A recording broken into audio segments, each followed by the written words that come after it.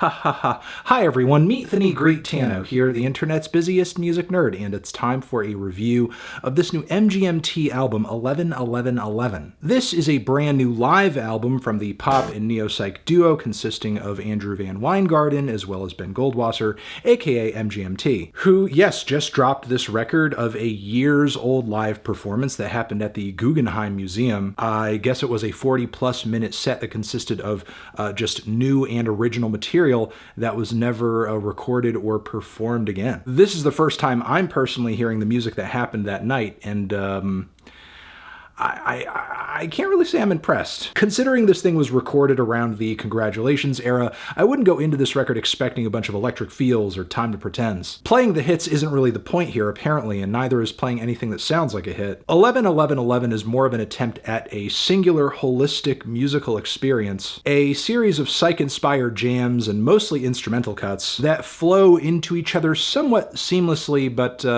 I don't know, kind of clash with one another in terms of like mood and energy occasionally. But yeah, this thing is more of a 43-minute journey than a proper album with singles and all that. And while this is certainly an ambitious undertaking that I can respect, I still think the waters on this voyage are pretty choppy. The lighthearted introduction for this live set is pretty cute, but it quickly flows into the very dark and ominous invocation, which feels like the soundtrack to some kind of cult initiation ritual, with all these disembodied moans and droning synthesizers.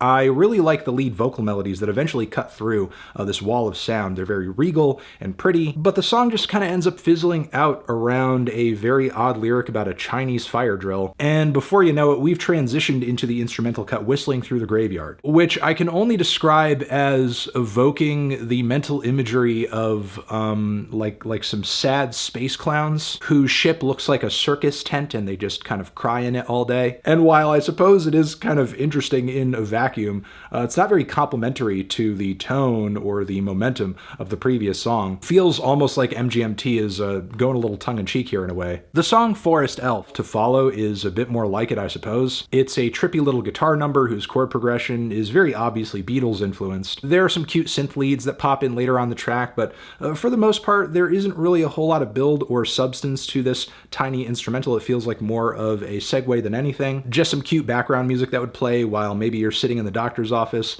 waiting for your appointment while on acid. Truly the first track on this thing that stopped me in my tracks was the 9-minute Tell It To Me Like It Is. Mostly because it hits a legitimately entrancing stride of twangy guitars, linear grooves, and enveloping atmosphere. So many sounds cascading over one another here. The sequenced synths that pop in on the back end of the track add a lot to the backbone of its groove, really kind of lock things in. It's moments like this where you can really hear the Flaming Lips influence on this LP. But whatever unspeakable magic Ben and Andrew are working with on this track, it doesn't stick around for long, as the tinny and ringing synthesizers all over I Am Not Your Home are kind of a non-starter for me. Sounds like the song has a bad case of tinnitus. Not really all that complimentary to the sounds going on around it, or all that alluring either. Not to mention the song at the core of this track is kind of drab and tediously paced as well. The songwriting isn't exactly impressive on the following track, Unfriend, too. Kind of feels like an instrumental bed I'd hear playing through the phone as I'm on hold at my favorite dispensary. The same horrendous ringing synthesizers on the previous track also make it onto here, and this part of the record kind of serves as a shining example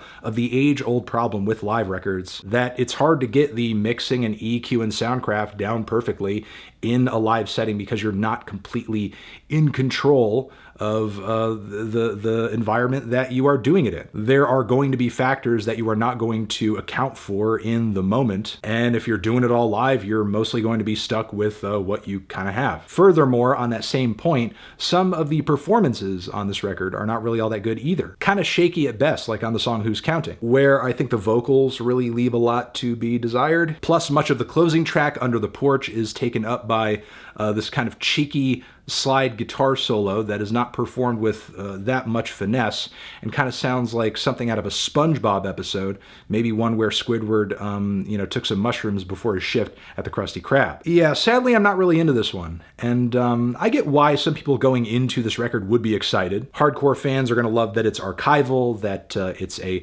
original live performance, one-of-a-kind thing that happened on this really cool date. It's an ambitious idea, for sure, but the substance, the songwriting, and the sound quality on this record are just not really all that great. And as I just mentioned, the performances, yeah, pretty unimpressive too. So while I get and I understand that this album, this experience, may be kind of a cool, unique, one-of-a-kind moment for MGMT, I would pretty much put every album they've ever done of original material above this pretty handily, even if it were just like straight recorded in a studio and the sound issues and mixing issues weren't a factor. I'm feeling a strong 4 to a light 5 on this one.